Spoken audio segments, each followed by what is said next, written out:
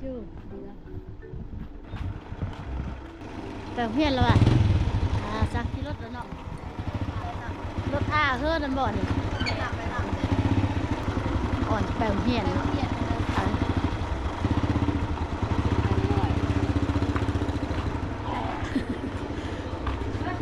เขามาต้อนว่ะ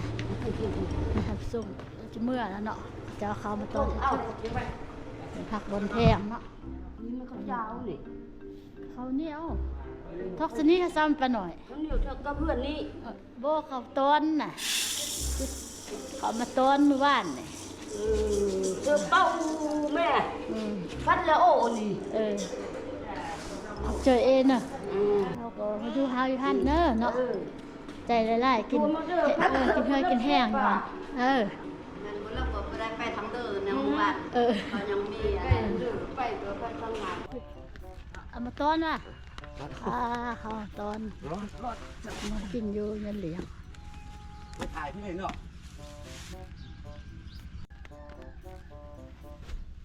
ไว้เนอะเขา เจอเองเนอะจิบเนอะลายเนาะวันนี้นะดูตู้หินนะยูมิจูเราพักบ้านน่ะกินเมื่อวานเลยมันบอกเจอเองเนอะอยู่หันท่านว่ามันได้4ลายคือลายโอ้มันยังเบียเหลียวแต่ว่าติดไม่เดียวนึงเพราะว่ามันหมดแตงมือแล้วเขาต้องมีคนพักที่ตั้งเม็ดติดอันนี้ไม่ได้ฟัดได้ยังสี่ได้แต่คือเท่านี้เลยเขาบอกฟัดกับซื้อเป้าเขี้ยวนี่แบบซื้อเป้าแดงใส่เปล่าสี่แล้วว่ามันน้อยจะยังไงชาตินั้นก็บอกฟัดอันนั้นเมื่อวานเนี่ยคือเว้นฟัดไอ้เมื่อวานคือไอ้นี่บอกฟัดจะมาเขาเมื่อคืนตึกบ่ได้สี่แต่ว่าไอ้บอกฟัดเมื่อเราก็ลืมไอ้นั้นลืมฟัดอันนั้นซื้อเป้าแดงนี่ไอ้ฟัดคนแพงไอ้น้องเนื้อเป็นเป้าสองเป้าสองเป้าพักแล้วเขาเลิกใช้พุ่งก็ได้ลงมาเมื่อยติดเมื่อยส่วนนี้ก็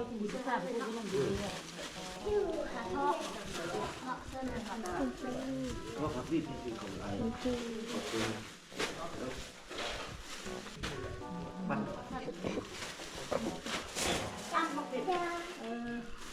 นเอ็นอ่ะเจอเนาะดูดินแห้งเห็ดหมักทั่วดินทิพย์เฮอติมพอดีกับพักกันบุไรติมพลังบ้าบุไรเส้นเดียวหวดเหนื่อยหวดเอาไว้นวกก็ได้ปล่องหวดหาเครื่องนอกขสั้นสบายพลังตอนบนหักบนแพงไอ้น้องแล้วเป้าสองเป้าไอ้เนาะก็เป็นปล่องเจอเอ๊ะ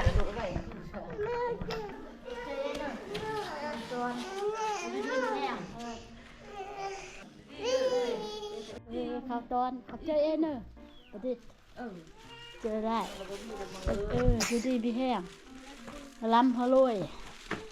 ฟังตลอดท่านเดือดตกกันเขาเจอเนอะตอนนั้นสองเป้าที่นี่ไรเขาคือสองเป้าจิบคือสองเป้าบรรณามาก่อนใช่ที่คนอีแท่งมันอีคุณยามันแท่งลงเตยก็ได้บบทาแป้งก็ได้นั่นป่องลงนี่เลยจงหอมน้อยจูย่างไปหันก็ได้สองเป้าเนาะใส่สมเป็ดถ้าสองเป้าที่ผสมเป้าเนาะในนาดีเด้เนาะในลุงทอนจะซี่เขาแล้วนาดีซี่เขาสองเป้าเป็นสามเป้าเขาห้างนี่ห้างมือเป็นรถของ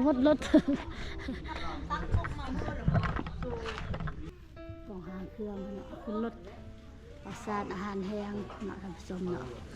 แบบตอนหักคนแพงสาบานตอนไอ้หนูตอนเขาคุณคู่นี่เบ็ดเลยสั่งนาบ้าวเอ็ดเลยไหวเนาะ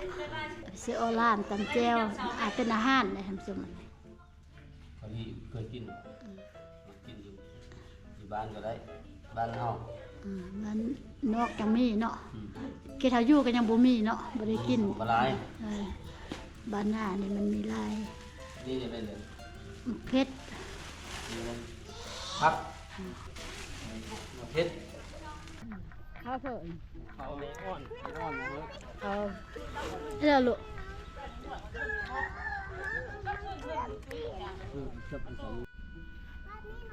ล้างแล้วล้างหน้าได้ไหมลูกล้างหน้าได้ฟองบลอดเขาลงทอนเราที่สองเป้าสักแค่งสั้นก็ได้เอ้ยเต็มฤทธิ์เลยเนาะยังพี่มดบ่เครื่องอะไรบอกเขาสั้นชื่อเราคงนาดีเนาะเอาจะมึงง่อยมาสูง บอกเพิ่งผมตัวแข้งเลยเหรอ เต้นเด็กแข้ง แข้งบุญเพชรคนนี้ผมเมื่อคนนี้ล่ะสีแดงนี่ผมเมื่อเนี่ยเมื่อเนี่ย กับปากกันน่ะถ้าเส้นเนอะเมื่อมือเมื่อลูกฮักกับปากเนอะ พอดี กับปากกันเนอะปลาสวรรค์สิสวรรค์ครบปลาสิสวรรค์ค่ะ เมื่อแหละเมื่อบานแหละ ปลาเนอะเนาะ เช้าแล้วมาตื้อก ลับบ้านแล้วเนาะสม ผมเมื่อคนนี้น่ะเมื่อไปทางควน เมื่อเนาะ เขาหน้านั่นมันเยอะมากแต่ต้องจะลืมเบิ่งเขา หน้าอยู่รถท้านะหน้าอยู่รถท้าแล้วฮะขึ้นมาเอ้ยนี่เครื่องเต็มนิดมันน่านั่งชิเลยนั่งนะแม่นะนั่งแม่นั่นเฮ้ย กับก้อนเนอะปลาไม้เนอะกับก้อนไหนฮัก ไปดี กับก้อนหมดทุกคนกับก้อนบ๊ายบายจูกับก้อน ก็ละลืมอิลิต้ามันเป็นเศร้าแล้วล่ะบ่ ตะกี้มันยังน้อยไป ลืมส่ง ประดินของดินมันก็ลืมอิลิต้าได้หายมาเด็กนี่ จะไปน้ำจีไป ก็ดีจังมั้ง กลับกันเนอะไม่เนอะกลับกันเนอะแม่นั่นไปคนไม่เส้น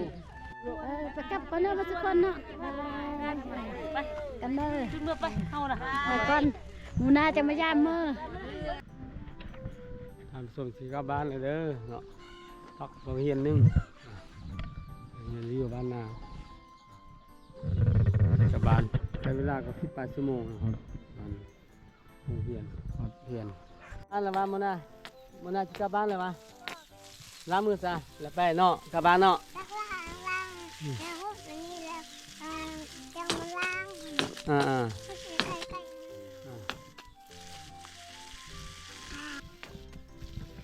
่ย เดี๋ยวนี้ผมมีมากอันนี้นะมากใส่ข้าวเจ้าเก็บกิน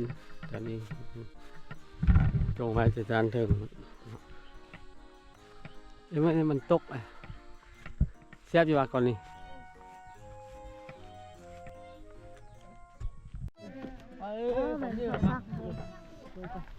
ได้เหี่ยว มือก็จะปั้นคู่มือเนี่ยส้มผักกาดผักเยอะ โลนึง 3 โล เขาเป่าหรอ นะ สี่แท้ผักเม็ดหมูยักษ์ที่เจ้าขาบมันได้เลยอยู่พี่มันเนาะ เจอลงทอนได้ผักกาดเจอ เอาเหรอเขาน่ะ กลับก่อนเนอะ เอ้ย กลับก่อน โดยเนาะ กลับก่อน เนาะอยู่หัดเนาะ เจอลงทอนเจอประชิบกับเจอเพชรจันทร์ กลับก่อน กลับก่อน อันนี้เป็นเมืองง่อยเก้านะท่านผู้ชมตอนนั้นเขายังทันปูพื้นน่ะปูซีเมนต์ทางไปทางอ้นมีทางส้มวิวได้ท่านผู้ชม มันจะเป็นบ้านมังง่อยเก่าแต่มีไฟฟ้าใช้มีสัญญาณโทรศัพท์อยู่บ้านแต่บ้านหน้าจะบ่มีเนาะ บ้านหน้าบ่มี ส่วนมันจะเป็นบ้านมังง่อยเก่าเนาะแต่ว่าอยู่บ้านนอกอะแต่ว่าเขาเจ้ามีทางคอนกรีตแต่แค่ทางคอนกรีตแล้วมีไฟฟ้าใช้เนาะบ้านนี้จะมีสัญญาณโทรศัพท์แต่บ้านหน้าจะไม่มีไฟฟ้าเนาะใช้โซลาร์เซลล์สัญญาณโทรศัพท์ก็บ่ยังมีเป็นบางบ้านกันนะ ลูกยังน้อยอ่ะน้อยอ่ะ จะมีแต่บ้านพักร้านอาหาร เป็นแหล่งท่องเที่ยวแขกหลายสุดมาเที่ยวที่มันง่อย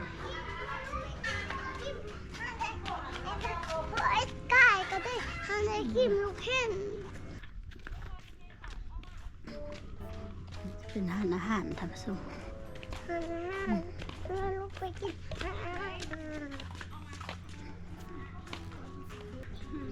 จะขายแผ่เนาะผาเบียงแขกจะมาเที่ยวซื้อเป็นที่ระลึกเนาะ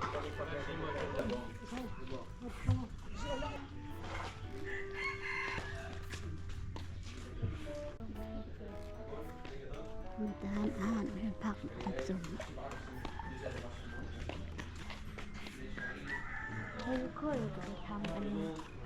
อันนี้จะลุกขึ้นเมื่อทำก้างเป็นจุดเที่ยวชมวิวทำแก้วน้ำขึ้นอยู่กับอุ่น นั่นที่ ลูกไป นี่คนมอกที่แข่งที่อยู่รถค่ายน้ำมันเลยเนาะสมน้ำมันจะให้เป็นกองนึงเท่าไหร่น้ำมันมันกระส่วนละ34,000เนาะนั่น37ขอบใจให้สกองอันเนาะขอบใจเด้อเนาะเด้อเนาะเรียกว่าจะมีอายอมะนูกัส ท่องเที่ยวจะหลายสุดเนาะบ้านพักอาหารสุดหลายคนต่างประเทศมาเที่ยวจะนอนอยู่บ้านเมืองง้อยเนาะบ้านนาก็มีคือเดียวเนาะบ้านพักแต่โบราณแต่เมืองง้อยนี่สุดหลายจะมีครบเนาะเป็นห้องน้ำอาหารผสมโลเบิ้งเมืองง้อยเก้าเนาะ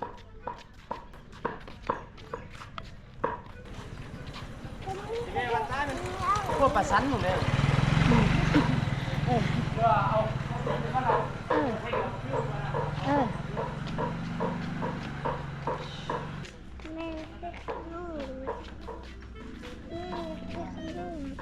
ขนมเอาสิไปใต้เรือไป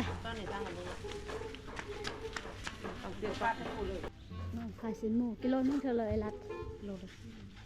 กิโลละแสนสินสดเนาะสินติดมันโลเท่าเลย พวกมีจะแบบนี้ เอาสินสดนั่นเลยเนาะ ไม่เป็นค่ะ ช่วยค่าเลยว่ะ นั่นแหละ ช่วยซื้อมาติ จะอีกจืดมัดรูปปีนเลย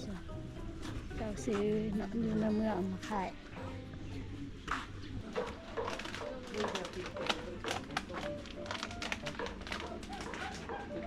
จับเงินน้ำน้องมาอันนี้จ่ายเนาะ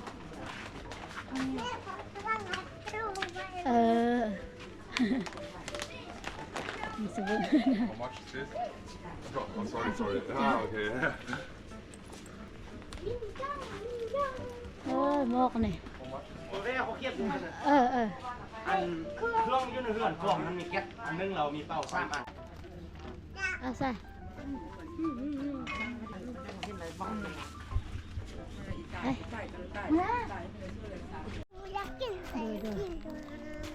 อาหารเนาะเจ้าเป็นอาชีพหลักเลยตอนนี้เพราะว่าแขกหลายบอกกินมาให้ฝนเนาะกินไหนอันเป็นหนุนเอาไหม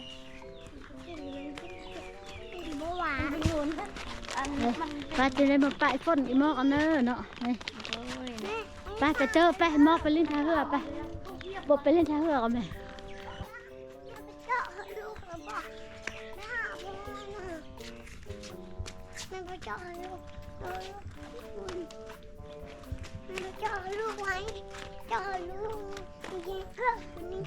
เป็นปลายเมนูอาหารเจ้าแม่ตาเจ้าน้อง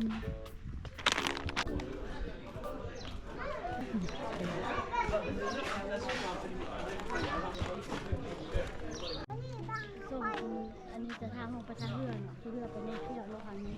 อันนี้ทางจะเมื่อบรรณาเนาะทางเมื่อบรรณามาเจอไปเป็นทางเข้าวัดเป็นทางเมื่อบรรณาเป็นทางอันนี้ไปพวกทางเรือเนาะจะลงทาลงนี่เลยแค่เวลามาเที่ยวเราเหนื่อยไปหาน้องเที่ยว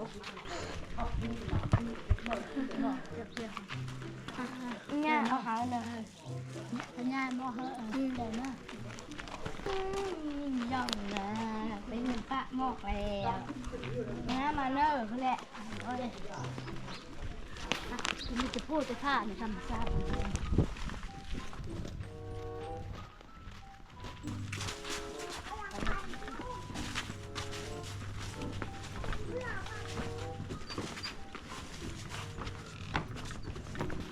เขาลงมอกจำกัดไม่นานได้เที่ยวเลยค่ะจบเราจะลุกมาเที่ยวมาเพื่อลงค่ะ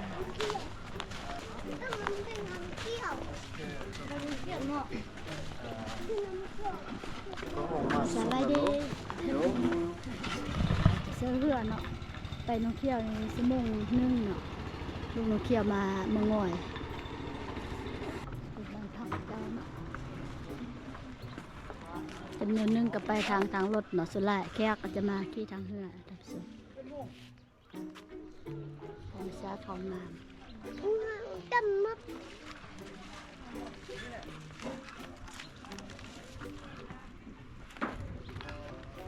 แม่ ทางถึงจะมีบ้านพักแม่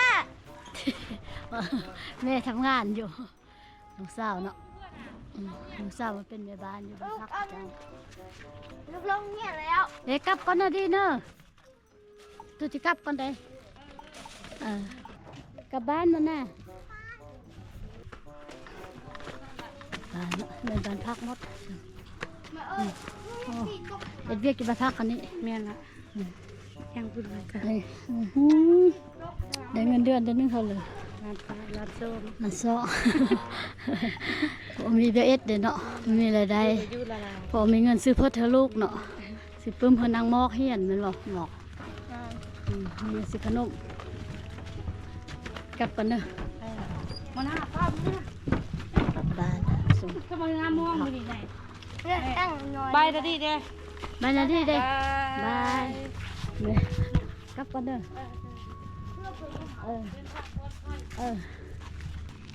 น่ะกลับบ้านแล้วป่ะยุ่ยบอกยุ่เนาะกลับบ้านยุ่บอกคักบอก ทั้งเจ้าพลังที่ งอยบ้านมงอยเขาจะไปทางคอนกรีตแต่ไปทางพันนายังเป็นทางดินอยู่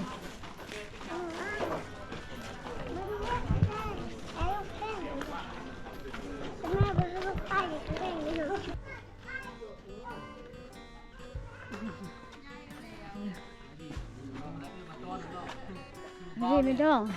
อยู่ว่าลุกกลับมาประเดี๋ยวเลย เขาเจอเขาแพนตอน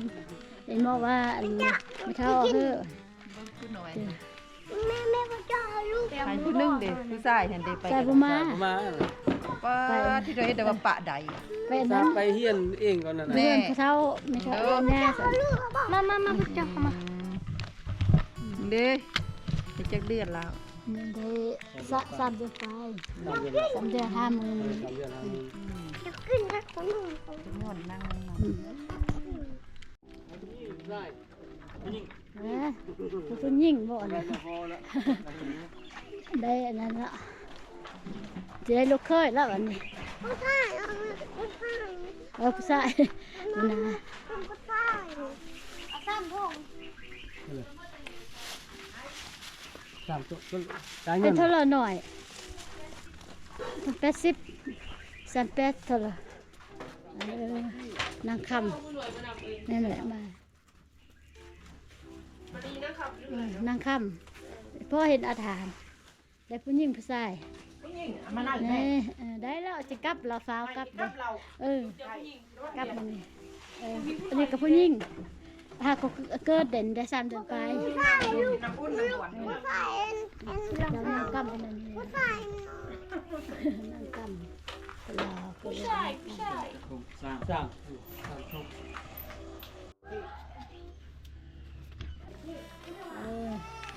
เป็นก้อนของนาดีติด นั่นแหละ เอาโลเขา2 เป่า3 เป่าเขานาดีค่ะ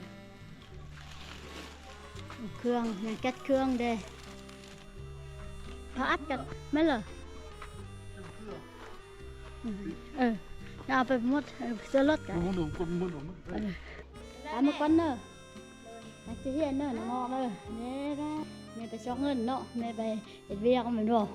พ่อก็ไปเวียกมันนี่เงินน้องสาวแต่ว่าบ่อยู่เนาะไปเวียกหมดไปกลับไปมอบใบใครหาละเมื่อก็ค่อยมอบมากันนำมองเนาะเอาน้องทาแม่เนาะ บ๊ายบายเพิ่นบ๊ายบายเนาะ กลับกันนะกึมเจอเนาะ เออ